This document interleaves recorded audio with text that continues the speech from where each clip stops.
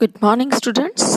As we seen yesterday, जैसा कि हमने कल देखा, दो बैलों की आत्मकथा मुंशी प्रेमचंद जी द्वारा स्वतंत्रता हम भारतवासियों को कैसे मिली, इस घटना का बहुत अच्छा प्रतिबिंब इस कथानक में, इस कहानी में देखने को मिल रहा है। किस तरह से संघर्ष पर संघर्ष हमने किया, हमारे स्वतंत्र सेनानियों ने किया, किस प्रकार आपत्तियों पर आपत्तियां, विपत्तियों पर विपत्तियों को हमने हमारे पूर्वजों ने सामना किया। और यहाँ अगर हम कथानक के अनुसार, कहानी के पात्रों के अनुसार देखते हैं तो हीरा और मोती दोनों को कांची हाउस में बंद कर दिया गया है। दोनों मित्रों को जीवन में पहली बार ऐसा साबिका पड़ा, मतलब ऐसी बात से वो रूबरू हुए कि सारा दिन बीत गया और खाने को एक दिन का भी न मिला। जहाँ झूरी के यहाँ पर स्नेह से भरपूर उनका दिन बीतता था और उन्हें खाने को भी अच्छा मिलता था, पुत्रवत मित्रवत स्नेह मिलता था। वहीं गया के यहाँ स्नेह नहीं मिलता था, अच्छा खाना नहीं मिलता था, पर सूखा भूसा ही सही मिलता था। और ऐसे माहौल में भी वो छोटी गुड़िया के नाम पर एक स्नेह की किरण वहाँ भी थी।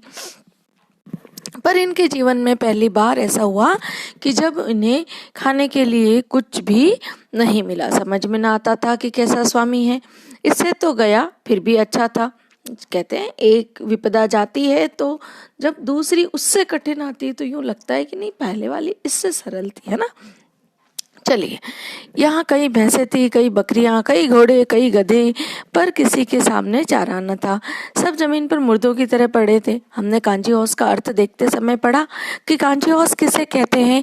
जब कोई जानवर खेतों में घुसकर फसल चरने लगते हैं, फसल का नाश करने लगते हैं, तो एक बाड़े नुमा जगह में उन्हें बांध दिया जाता है। बांध दिया जाने का मतलब वहां पर उन्हें कैद कर दिया जाता है। वो जानवर या तो लावारिस होते हैं या वो किसी और मालिकों के होते हैं जिन्होंने अपने जानवरों को दूसरों के खेतों में घुसने से न रोका हो। तो ऐसे जानवरों के लिए कोई चारा पानी यहाँ पर नहीं मिलता था। लेखक कहते हैं यहाँ कई भैंसें थी, बकरियां, घोड़े, गधे, किसी के सामने चारा न था और सब बिना चारे के इतने दुर्बल हो चुके थे कि मुर्दों की तरह पड़े थे। कई तो इतने कमजोर हो चुके थे कि खड़े भी न हो सकते थे। सारा दिन दोनों मित्र फाटक की ओर टकटकी लगाए ताकते रहे। क्यों ताकते रहे? क्योंकि इन्हें अभी पूरी दिनचर्या कांची हाउस की पता नहीं है, तो इन्हें लग रहा है कि शायद कोई चारा लेकर आ जाए, पर चारा लेकर कोई आता न दिखाई दिया। तब दोनों ने दीवार की नमकीन मिट्टी चाटनी शुरू करी, पर इससे क्या तृप्ति होती। जब उन्हें भूख लग रही थी तो उन्हें लगा कि चलो कुछ, कहते हैं ना, कुछ रिक्त स्थान पर ही चाटते हैं तो मानसिक रूप से कुछ शांति मिलेगी। तृप्ति का अर्थ होता है शांति, पर इससे भी कोई शांति नहीं मिली। रात को भी जब भोजन न मिला तो हीरा के दिल में विद्रोह की ज्वाला दहक उठी। मोती से बोला, अब तो रहा नहीं जाता मोती। मोती ने सिर लटकाए हुए जवाब दिया कि मुझे तो अब ऐसा लग रहा है मानो मेरे प्राण ही निकल जाएंगे, मैं मर जाऊंगा, मर रहा हूँ। इतनी जल्द हिम्मत ना हारो भाई। पहले जैसे हीरा ने ही शुरुआत की क्या कि अब क्या हो रहा है, अब सहा नहीं जा रहा है। पर जैसे ही मोती ने भी निराशा भरा जवाब दिया तो हीरा वापस से हिम्मत बंधाते हुए कह रहा है कि हिम्मत ना हारो, यहाँ से भागने का कोई उपाय निकालना चाहिए। और कहा कि आओ दीवार तोड़े, मुझसे तो अब कुछ नहीं होगा। परंतु मोती ने क्या कहा? मोती ने कहा, मुझसे तो अब कुछ नहीं होगा, बस इसी बूते पर अकड़ते थे। और इस तरह से हीरा ने कहा कि मुझसे अब कुछ नहीं होगा। मोती कह रहा है कि बस इसी बूते पे अकड़ते थे, इतना ही जोर है, हो गया, हिम्मत हार गई, निकल गई सारी अकड़। बाड़े की दीवार कच्ची थी, हीरा मजबूत तो था ही। अपने नुकीले सिंग दीवार में गड़ा दिए और जोर मारा तो मिट्टी की एक चप्पड़ निकल आया। एक चिप्पड़ निकल आने का मतलब वहां से कुछ मिट्टी जो है टूट गई, फूट गई। फिर तो उसका साहस बढ़ गया। जब हमारे किसी भी कार्य का पॉजिटिव परिणाम हमारे सामने आता है, सकारात्मक परिणाम हमारे सामने आता है, तो हमारा साहस और बढ़ जाता है। और इसी प्रकार जब हीरा ने सिंह से दीवार को धक्का मारना शुरू किया और उससे थोड़ी मिट्टी गिर के टूट के नीचे गिर गई। तो यहाँ पर हीरा का साहस और बढ़ गया। इसने दौड़ दौड़ कर दीवार पर चोटें की और हर चोट में थोड़ी थोड़ी मिट्टी गिराने लगा। उसी समय कांची हाउस का चौकीदार लालटेन लेकर जानवरों की हाजिरी लेने आ निकला। हीरा का उज्जड़पन देखकर उसने उसे कई डंडे रसीद किए और मोटी सी रस्सी से बांध दिया। अब जब यहाँ पर कोई ध्यान रखने वाला था, चौकीदार था, तो वो जब अंदर आया कांजी हाउस में कि सारे जानवर है, कोई भागा तो नहीं, क्योंकि ये कांजी हाउस के जानवरों की बाद में क्या कर दी जाती है, नीलामी कर दी जाती है। थोड़े दिन इन्हें दाना पानी नहीं देते हैं, ऐसा लगता है कि इनके मालिक आकर इन्हें छुड़ा ले जाएंगे, उनसे बदले में कुछ मुआवजा खेत वाले ले लेंगे। पर जब ऐसा नहीं होता था तो थोड़े दिन बाद जो है इनकी नीलामी कर दी जाती थी और उससे इन्हें पैसे मिल जाया करते थे। तो यहाँ पर जब कांजी हाउस का चौकीदार आता है लालटेन लेकर, तो देखता है हीरा जो कर रहा था, तो देखकर उसे बड़ा गुस्सा आता है। वो हीरे को खूब डंडों से मारता है और मोटी सारी रस्सी जो है उसके गले में डालकर चला जाता है। मोती ने पड़े पड़े कहा, आखिर मार खाई, क्या मिला? मोती ने कहा, भाई क्या मिला, हुआ क्या? फाइनली तुमने मार खाई, अपने बूथे भर जोर तो मार दिया। ऐसा जोर मारना किस काम का कि बंधन में पड़ जाए। हीरा वापिस कहता है, पर मेरे बस में जो था, मेरे जितना जोर चला उतना तो मैंने किया। तो मोती समझाता है कि ऐसा जोर किस काम का कि जो कम से कम इतने टाइम हम खुले तो थे, अब हम बंधन में और पड़ गए। जोर तो मारता ही जाऊंगा, चाहे कितने ही बंधन पड़े। या हीरा का स्वाभिमान कहें, जिद कहें, हठेलापन कहें, तो हीरा कहता है कि मैं जोर तो मारता ही जाऊंगा, चाहे मुझे कितने ही बंधन, कितने ही डंडे, कितनी ही मार पड़ी थी जाए, जान से हाथ धोना पड़ेगा। मोती एक मित्रवत उसे समझा रहा है कि जान से हाथ धोना पड़ेगा, ज्यादा हिम्मत दिखाएगा तो कुछ परवाह नहीं, यूं भी तो मरना है। सोचो दीवार खुद जाती तो कितनी जानें बच जाती। इतने भाई यहाँ बंद है, किसी की देह में जान नहीं है। 2-4 दिन और यही हाल रहा तो सब मारे जाएंगे। यहाँ हीरा की बात क्या है, हीरा समझा रहा है कि मरना तो ऐसे ही है, तो क्यों ना हिम्मत दिखा के मरे, और हो सकता है कि हमारे द्वारा दिखाई गई हिम्मत से कुछ और जानवरों की भी जान बच सकती है। और अब मोती के भी मन ने इस बात को समझा है और मोती कह रहा है कि हाँ ये बात तो है, अच्छा तो ला फिर मैं भी जोर लगाता हूँ। और मोती के मन ने भी सोचा कि ऐसे ही भूखे मरने से, निस्तेज होके, निष्कर्म होकर मरने से तो अच्छा है कि हम कुछ कर्म करें। मोती ने भी दीवार में उसी जगह सींग मारा, थोड़ी सी मिट्टी गिरी और फिर दोनों की हिम्मत बढ़ी। फिर तो वह दीवार में सींग लगाकर इस तरह जोर करने लगा मानो किसी प्रतिद्वंदी से लड़ रहा है। जैसे सामने कोई दूसरा सांड देखा था ना अभी, जिसको हराया था उन्होंने, इस तरह से किसी प्रतिद्वंदी से लड़ रहा है, इस तरह से खूब जोर लगाने लगा।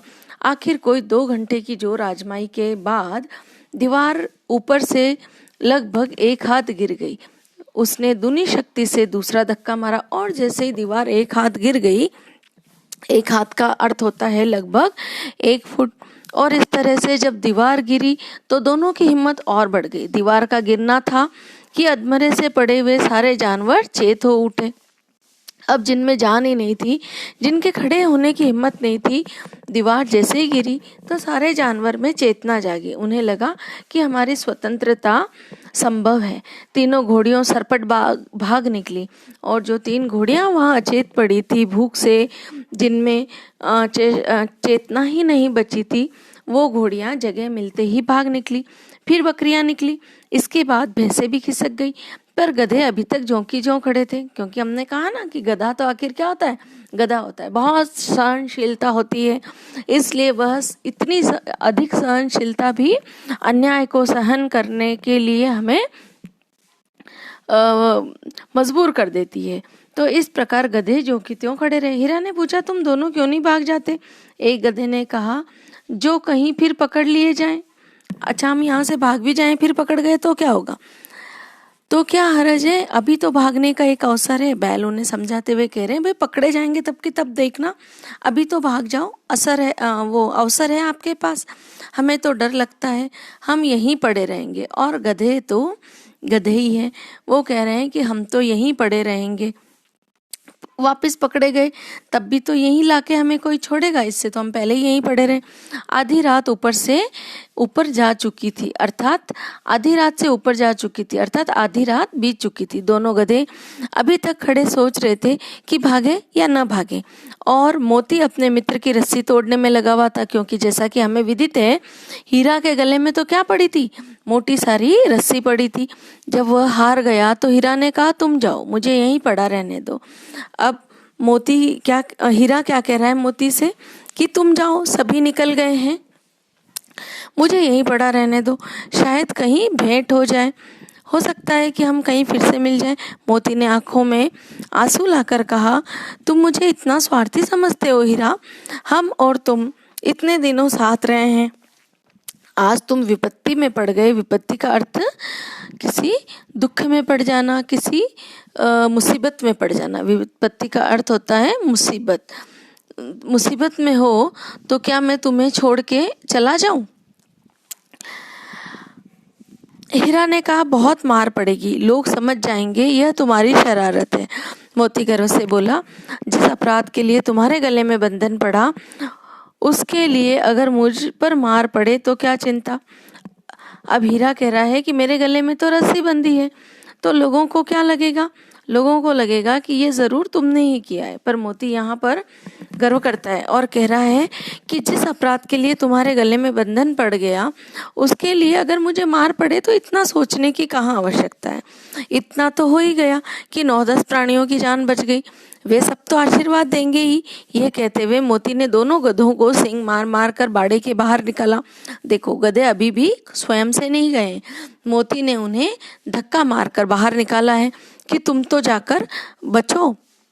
और वह अपने बंधु के पास अर्थात हीरा के पास आकर सो रहा। भोर होते ही मुंशी और चौकीदार तथा अन्य कर्मचारियों में कैसी खलबली मची, इसके लिखने की जरूरत नहीं है।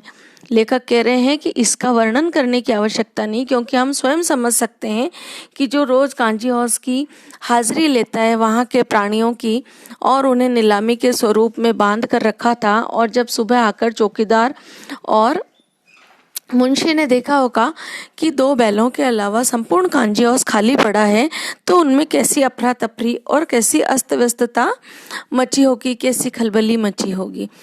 इतना ही काफी है कि मोती की खूब मरम्मत हुई और उसे भी मोटी रस्सी से बांध दिया गया। पहले किसे बांध रखा था? हीरा को। अब किसे बांध दिया गया? मोती को भी बांध दिया गया। 1 सप्ताह तक दोनों मित्र वहां बंधे पड़े रहे। देखिए, इनके जीवन की संघर्ष की कहानी अगर हम देखें तो बहुत ही संघर्षपूर्ण हीरा और मोती का जीवन रहा है। कहाँ तो आराम से, सुख से, स्नेह से झूरी के यहाँ थे और झूरी का घर छूटा और इनके ऊपर एक के बाद एक विपदा आनी शुरू हो गई है। दोनों मित्र जो हैं 1 सप्ताह तक कांजी हाउस में ही बंधे पड़े रहे। किसी ने चारे का एक तृण भी न डाला। तृण का अर्थ क्या होता है? तृण का अर्थ होता है तिनका। तृण किसे कहते हैं? तृण कहते हैं तिनका को। ठीक है, तो दोनों को चारे का किसी ने एक तिनका भी नहीं दिया। हाँ, एक बार पानी दिखा दिया जाता था, यही उनका आधार था। दोनों इतने दुर्बल हो गए थे कि उठा तक न जाता था। ठठरियाँ निकल आई थी। ठठरियाँ का अर्थ उनकी फसलियाँ, हड्डियाँ दिखने लगी थी। एक दिन भाड़े के सामने डुग्गी बजने लगी और दोपहर होते होते वहाँ 50-60 आदमी जमा हो गए।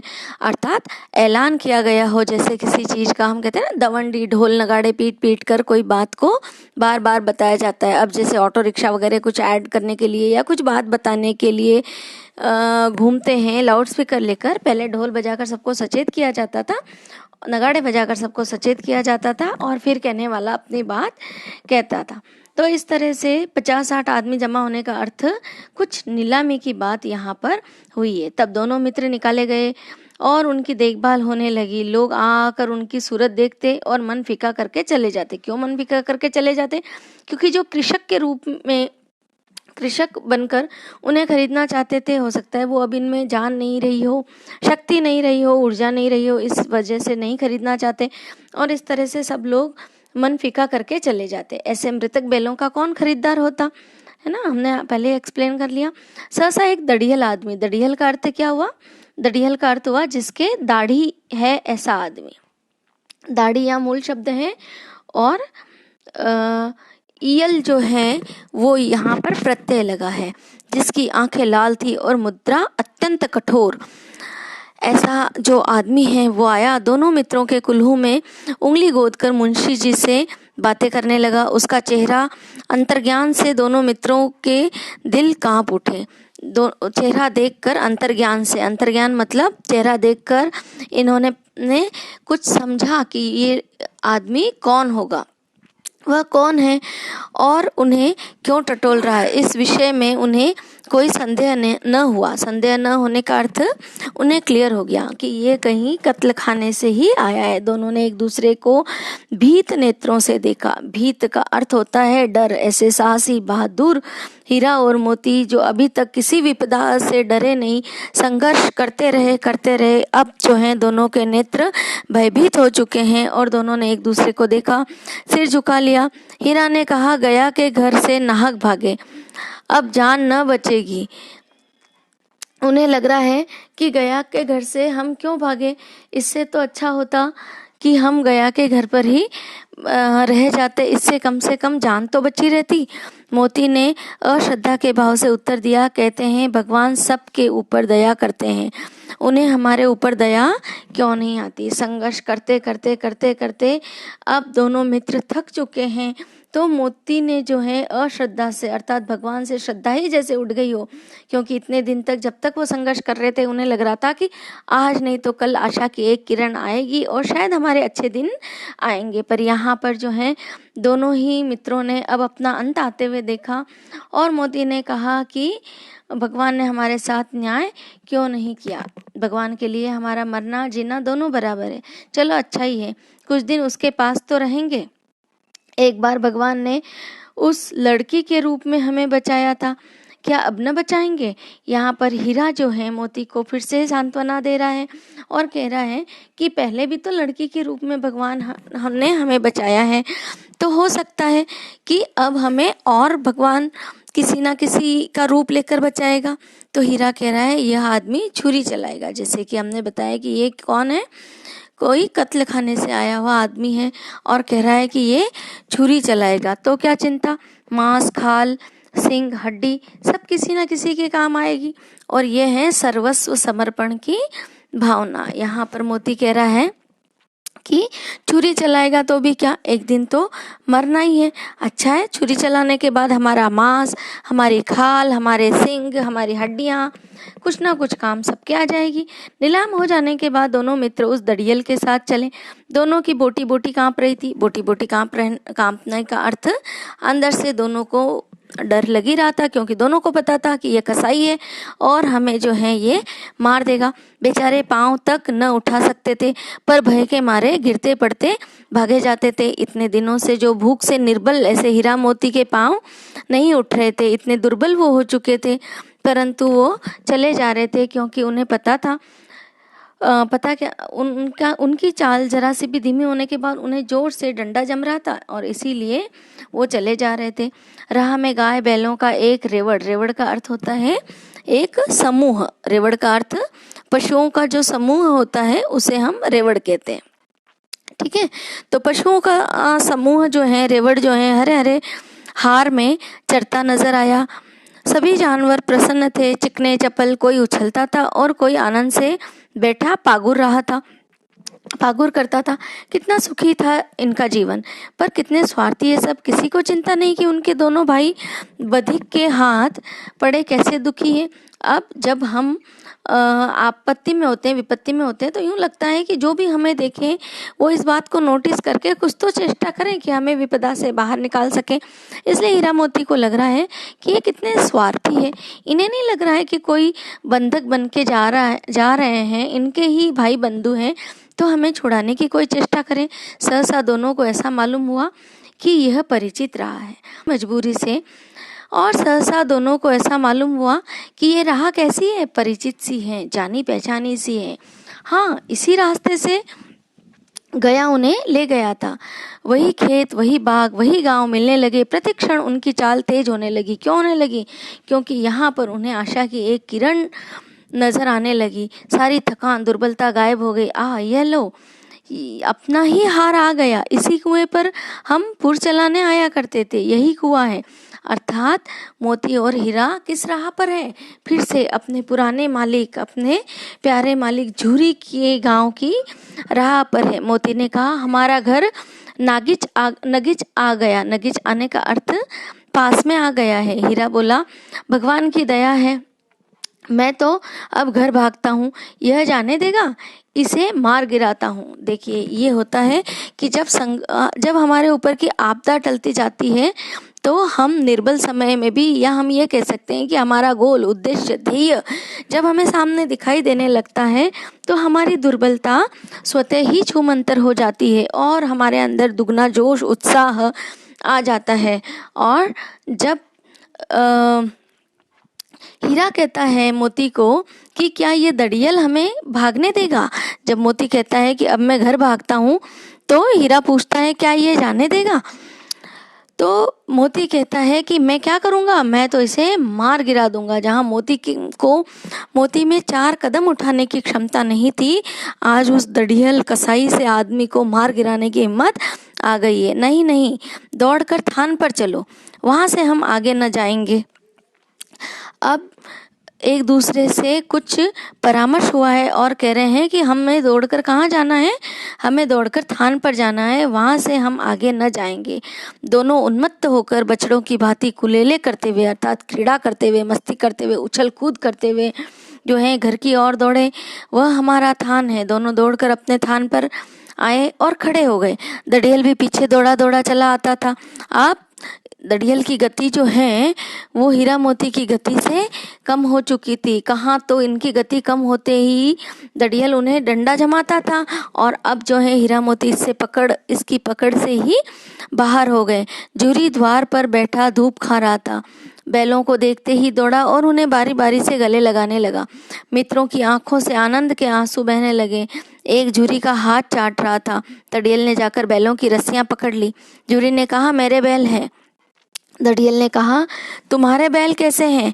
मैं मवेशी खाने से नीलाम लिए आता हूँ। मैं कहाँ से ला रहा हूँ इन्हें? कांजी हौस, मवेशी खाने से नीलाम मतलब पैसे चुका के नीलामी में खरीद के लाया हूँ। मैं तो समझा हूँ चुराए लिए आते हो, चुपके से चले जाओ। मेरे बैल हैं, मैं बेचूंगा तो बिकेंगे। किसी को मेरे बैल नीलाम करने का क्या अख्तियार है? अब जूरी को भी गुस्सा आया और उसने कहा कि ये मेरे बैल है, किसी ने नीलाम क्यों किया? मुझे तो यूं लग रहा है कि जैसे तुम चुरा के लेके आ रहे हो। ये मेरे बैल है और यहाँ से तुम निकल जाओ, जाकर थाने रपट कर दूंगा। दड़ियल जूरी को कहता है कि मैं थाने जाकर रपट कर दूंगा। मेरे बैल है, इसका सबूत ये है कि ये मेरे द्वार पर खड़े हैं। और जूरी इस बात पर कहता है कि ये मेरे बैल है और इसका सबूत यही है कि ये मेरे द्वार पर खड़े हैं। दड़ियल झल्ला कर बैलों को जबरदस्ती पकड़ ले जाने के लिए बढ़ा। उसी वक्त मोती ने सींग चलाया। दड़ियल पीछे हटा। मोती ने पीछा किया। दड़ियल भागा।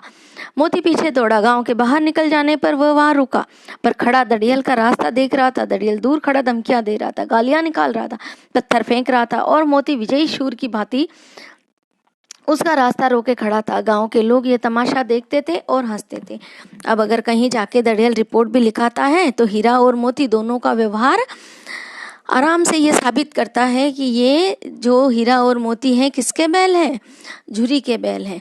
और इस प्रकार कहीं रिपोर्ट लिखाने की और किसी के न्याय की हीरा और मोती को आवश्यकता नहीं थी। मोती स्वयं ही जाके दड़ियल को गांव के बाहर तक खदेड़ आया था। न सिर्फ गांव के बाहर तक खदेड़ आया था बल्कि वहां खड़ा होकर उसकी प्रतीक्षा करता रहा कि अगर ये वापस दुस्साहस करे अंदर आने का या मुझे छूने का तो मैं इसे और बढ़िया से सबक सिखाऊं।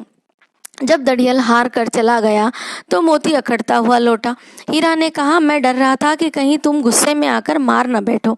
अगर वह मुझे पकड़ता तो मैं बेमारे न छोड़ता। अब हीरा कह रहा है कि मुझे डर लग रहा था कि कहीं तुम उसे मार न बैठो। तो मोती कह रहा है कि अगर वह मुझे वापस पकड़ता तो मैं उसे बिना मारे न छोड़ता, बेमारे पकड़ता तो मैं बेमारे नहीं छोड़ता। बेमारे का अर्थ है बिना मारे, अर्थात अगर वो मुझे पकड़ने की हिम्मत दिखाता तो मैं उसे बिना मारे नहीं छोड़ता, अर्थात मैं उसे ज़रूर मारता। अब न आएगा तो दूर से ही खबर लूँगा, देखूँ कैसे आता है, जो गोली मरवा दे। अब यहाँ पर हीरा पूछ रहा है अगर उसने दूर से ही हमें गोली मरवा दी तो मोती यहाँ कह रहा है कि जान की परवाह नहीं, मर जाऊँगा पर उसके काम नहीं आऊँगा, हमारी जान तो कोई जान नहीं समझता। यहाँ पर हीरा फिर से एक बड़ा ही व्यंग्यात्मक और करुणा वाला भावपूर्वक वाक्य बोलता है कि हमारी जान को कोई जान नहीं समझता। इसकी प्रतिपुष्टि करते हुए मोती कहता है इसलिए कि हम इतने सीधे हैं, अर्थात बहुत अधिक सीधे होने का भी ज़माना क्या करता है, बहुत अधिक सीधा होने का ज़माना हमारा दुरुपयोग करता है। ज़रा देर में नांदों में खली, भूसा, चोकर और दाना भर दिया गया और दोनों मित्र खाने लगे। जूरी खड़ा दोनों को सहला रहा था और 20 लड़के तमाशा देख रहे थे। सारे गांव में उत्साह सा मालूम हो रहा था। उत्साह शब्द जो है देश शब्द में आता है। शब्दों के प्रकार जब हम देखते हैं उत्पत्ति के रूप में तो उत्साह शब्द से उत्साह बना है, ठीक है, देश शब्दों में ये आता है। उत्साह सा मालूम होता था। उसी समय मालकिन ने आकर दोनों के माथे चूम लिया, अर्थात अब तो मालकिन की भी अकल ठिकाने आ गई है। अपने भाई गया के यहाँ भेजकर बैलों को मालकिन ने देख लिया कि क्या हुआ, इसलिए मालकिन को भी अब झूरी और बैलों के स्नेह का जो बंधन था वो समझ में आ चुका है और मालकिन ने भी बैलों को दिल से अपना लिया है। यहीं पर हमारी 2 बैलों की कथा कहानी पूरी होती है।